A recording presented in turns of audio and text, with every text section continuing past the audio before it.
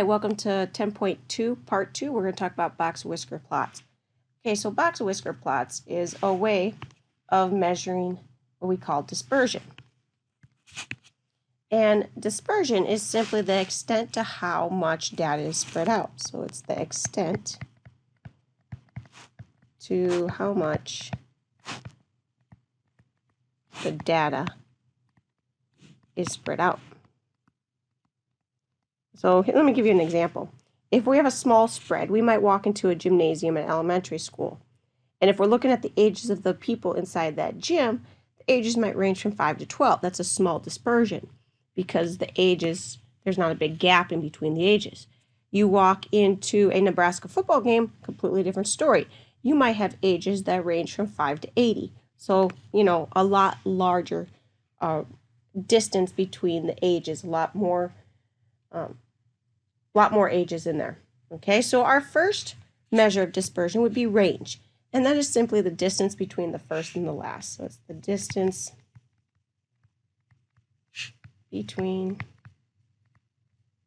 the first and the last. Okay, so you basically take the biggest number in your data set, subtract the smallest number, and that'll give you your range. Okay, another thing that measures dispersion is box and whisker plots. Okay, so let's talk about a box and whisker plot. Down here I have a box and whisker plot. And we have what we call the whiskers. So this is a whisker. And then we got the box, and then this is another whisker. Hence the name box and whisker plot. So now there's parts of the box and whisker plot. So right here, this is going to be our lower extreme. It's basically our smallest data point. So lower extreme.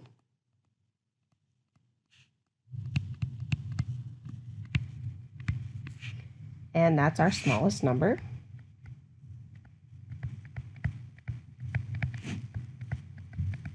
So then over here, we're going to have our upper extreme.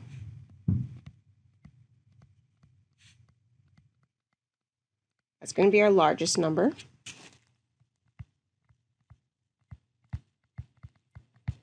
Now, sometimes we have outliers, and those won't land inside of the box whisker plot, so we're not going to talk about outliers today. Okay, so now we've got some other lines. And we have this point right here, and then we're going to have this point right here, and we're going to have this point right here. So we're going to actually start out with my middle of the box, and that's actually, we label it Q2. It's going to be our second quartile, or in other words, it's our median.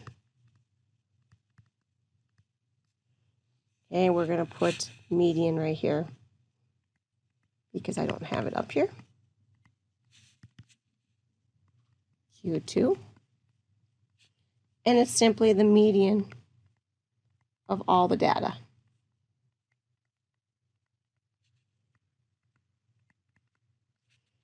Right. So now, this first point right here is going to be Q1. That's called quartile 1, or the lower quartile.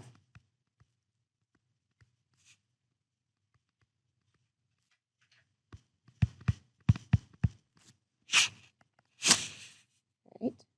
And that is simply the median of the lower half of data. Okay, our other line, we're going to call this Q3, and that's going to be our upper quartile.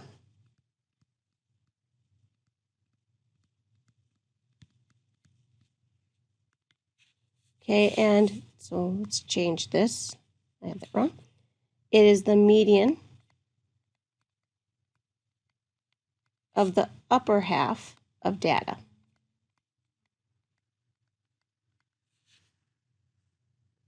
And we have our outliers, and those are just simply data points that don't fall within the box and whisker plot. So we're just going to say outlier is data points outside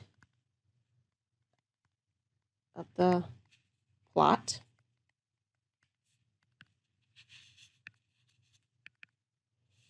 Right. And so what is a box plot exactly? It's information about dispersion. So it provides info about dispersion. So what type of data does it provide? Let's look at each piece. If you notice, we basically kind of have 4 groups here. We have our first whisker. We have our first box. We have our second box. And we have our last whisker. So we have 4 sections. So what it's saying is 25% of the data points will land inside of that first whisker. So if we have 100 data points, 25 of them are going to land in there. If we have in the first box, 25% of the data will land in that first box. So 25 data points would land in there if we had 100. And the same goes with each part.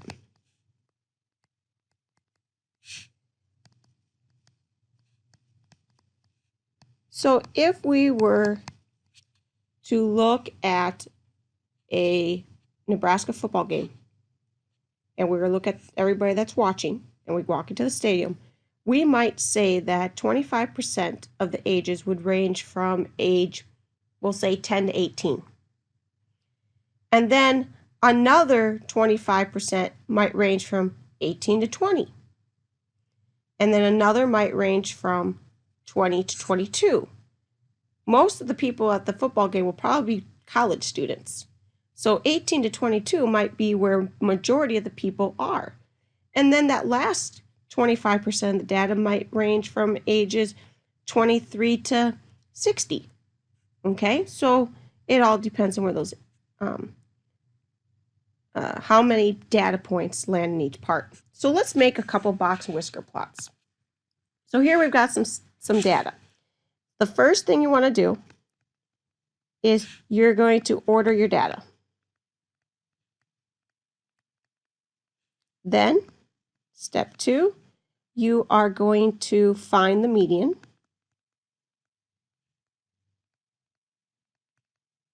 And that's Q2. Then, you're going to find the median of the lower half.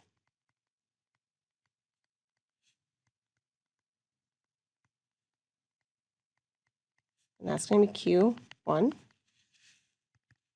And then you're going to find the median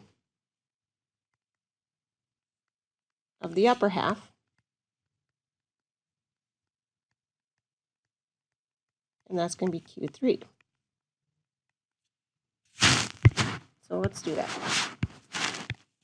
All right, so I've got 102, 107, 110, 111, 112, 112, 123, and 136. So I ordered the data. Now to find the median, we're going to find the middle numbers, 1, 2, 3, 1, 2, 3, 4. The median you're going to find is going to be right in between here. So that's going to be our Q2. Now we're going to do that is we're going to take, because it's going to be basically be between those two numbers, 111 plus 112 divided by 2. So Q2 is going to be equal to 111.5. Right?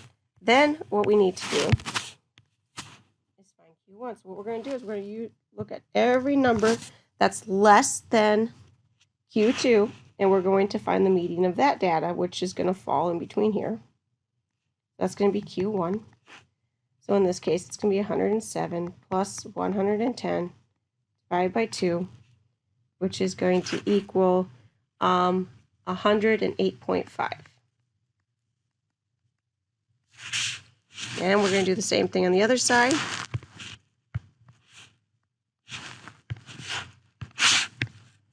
Okay, and we're going to find that the middle is going to be right here, and that's going to be Q3, which is going to be equal to 112 plus 123, and that's going to be equal to, over 2, which is equal to 117.5.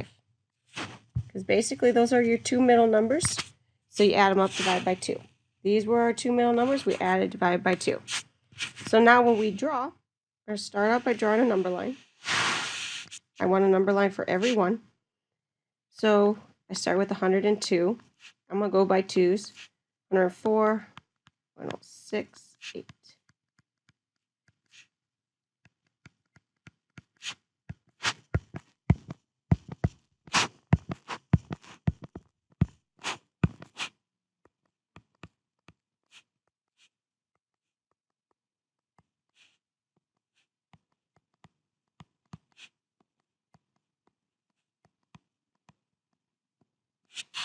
Okay, and we're going to plot our lowest point, which is 102. Plot our biggest point, which is 136. Label them.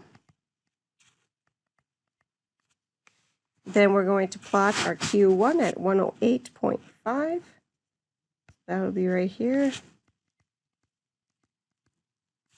Plot Q2 at 111.5.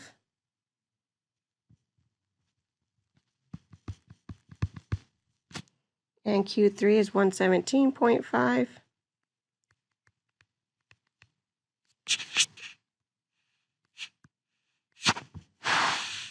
And there is your box and whisker plot. Okay, let me show you another set of data, because we're going to find the median slightly different. So let's order our data: 98, 102. Nope, I missed. We got 100 in there. 100, 102, 105, 112, 113, 114, 119, and 128. Okay, now when we find the median on this one, you're going to see that the median is going to be exactly 112. We don't have to do any adding because that's the exact middle. So that's your Q2. Now, when you're trying to find your Q1, you're going to use every number that's less than Q2. And so then you see that that's the middle. So Q1 is going to be equal to 100 plus 102 over 2, which is equal to 101. And same with Q3, use every number that's bigger than the Q2. So you're going to find that the median is going to be equal to 114 plus 119 divided by 2, which is equal to 116.5. Okay, I'm assuming you're going to be able to draw that and plot everything, but I just wanted to show you the difference on how to find those 3 points. All right, thank you.